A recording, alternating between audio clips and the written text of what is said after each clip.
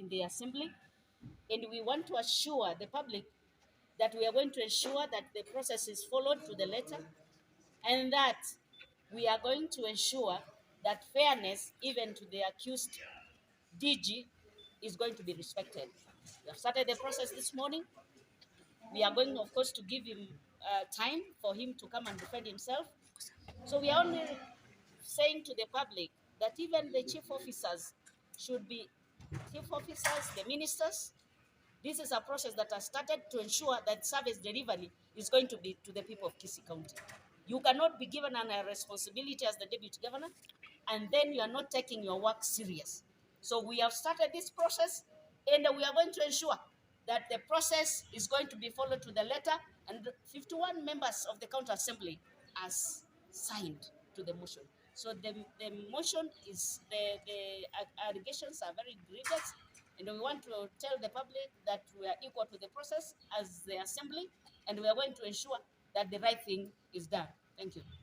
The MCA for Ichuni Ward, and this morning I've just given a notice of a motion for the removal from office of the Deputy Governor for Kisii County Government, His Excellency Dr. Robert Monda.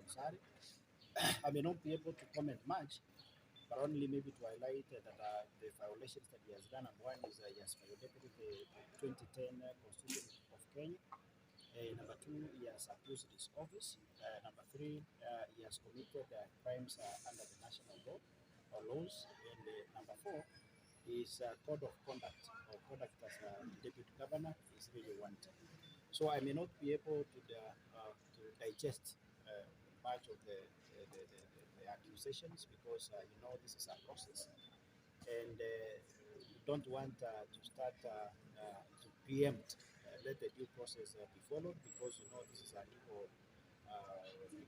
issue, and it must follow all the laid down procedures, both in the 2010 Constitution of Kenya, and also as pursuant to our standing orders as an assembly. So I will not be able to speak much of the same, but allow the due process to take its course. This is Honorable Naftali Koba, representing the people of Gachek Ward. So as you can see, today a notice of motion has been brought before the House, and the notice of the motion is specific on allegations whereby the Deputy Governor has been accused on various grounds. I want to say that as honorable members of the Kisii County Assembly, we shall look at those allegations keenly, and we shall give Honorable Dr. Monda an opportunity to defend himself and clear the air whether he has committed all those allegations or not. On this matter, the County Assembly of Kisii is doing its duty of oversight. So I'm asking our Governor, Honorable His Excellency Paul Simbarati, to keep aside, give the Assembly time to do its duty, let him not interfere, because this matter is touching on his office. I'm also asking the CECs and chief officers who are not working, who are involving themselves in corruption deals and activities, that their time is coming, so they should change.